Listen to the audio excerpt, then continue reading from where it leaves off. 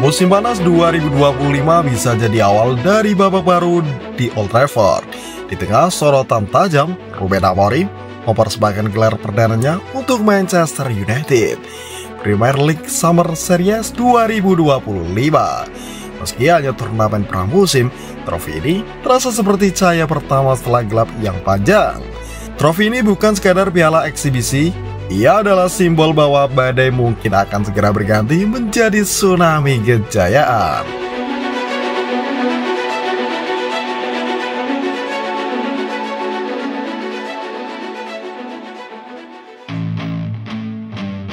Ujian terakhir di Mercedes-Benz Stadium.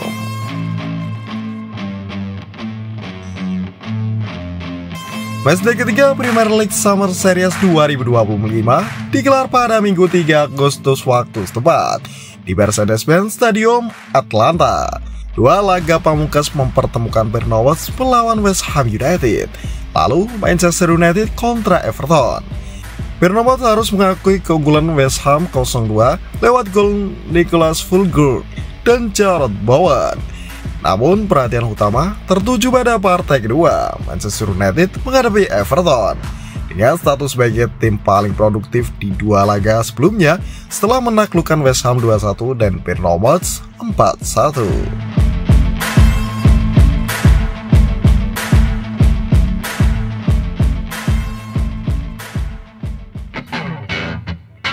Formasi berani, wajah baru di lini depan.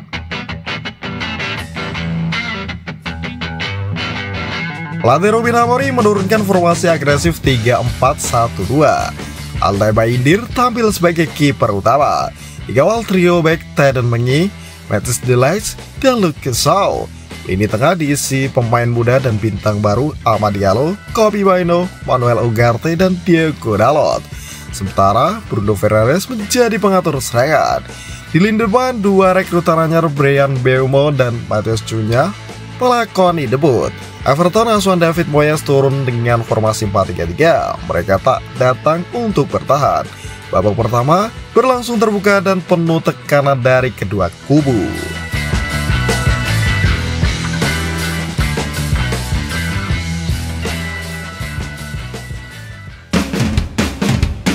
Duel sengit dan gol-gol drama. United tunggu lebih dulu di menit ke-19 setelah Amad Diallo dijatuhkan James Tarkowski di kotak penalti.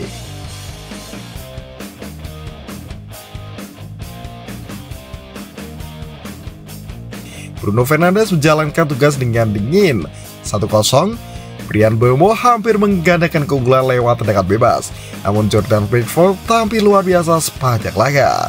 Everton membalas lewat Iliman Ndiaye di menit ke-43, memanfaatkan kesalahan Manuel Ugarte dalam penguasaan bola. Skor 1-1 bertahan hingga jeda.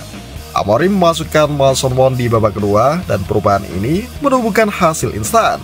Mount kini menggunakan nomor 7 menyambar umpan Fernandes di menit ke-54 dan membawa United kembali unggul 2-1. Namun AC punya rencana lain di menit ke-68.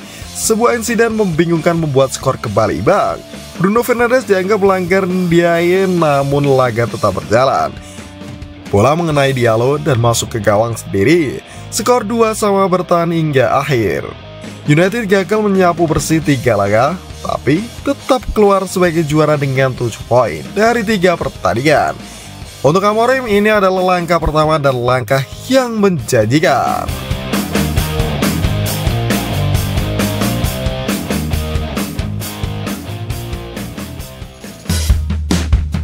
Dari posisi 15 menuju kebangkitan.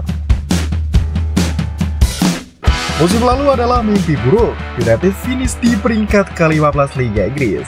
Salah satu hasil terburuk dalam sejarah klub. Kedatangan Ruben Amorim di tengah musim menggantikan Erik ten Hag sempat diragukan. Namun pelatih asal Portugal itu mulai mengubah arah kapal yang nyaris karam. Kini ia menyambut musim panas pertamanya dengan semangat baru, tim baru, dan harapan baru. Dalam konferensi pers usai laga, Amorim tak ragu menunjukkan ambisinya. Saya ingin bertahan di sini selama 20 tahun. Saya percaya pada proyek ini. Pernyataan yang terdengar besar, tapi datang dari pelatih yang sudah mulai menanamkan filosofi, disiplin, dan regenerasi pemain yang jelas.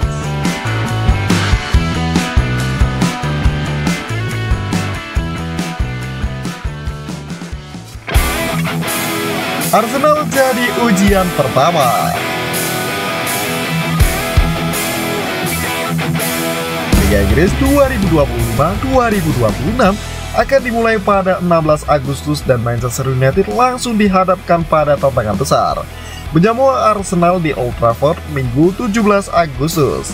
The Gunners yang konsisten di papan atas dan aktif di bursa transfer akan jadi ujian pertama sejak diawali musim ini. Meski begitu, fondasi United tampak lebih solid.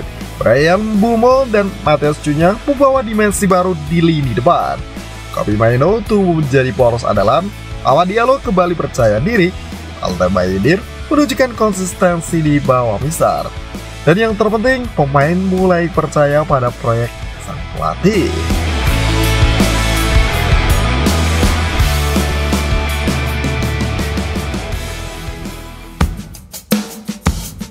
Simbol perubahan bukan sekadar gelar. Premier League Summer Series memang tidak akan diukir di dinding museum seperti Liga Champions atau Premier League. Tapi untuk Amorim, trofi ini adalah pernyataan bahwa Manchester United belum mati, bahwa semangat juang, karakter dan kualitas masih ada, hanya perlu disusun ulang. Bagi para fans, ini lebih dari sekadar piala, ini adalah harapan. Dan bagi Amorim, ini bukan hanya pembuka. Jika semua berjalan sesuai rencana, Tsunami Trophy bisa menjadi kenyataan.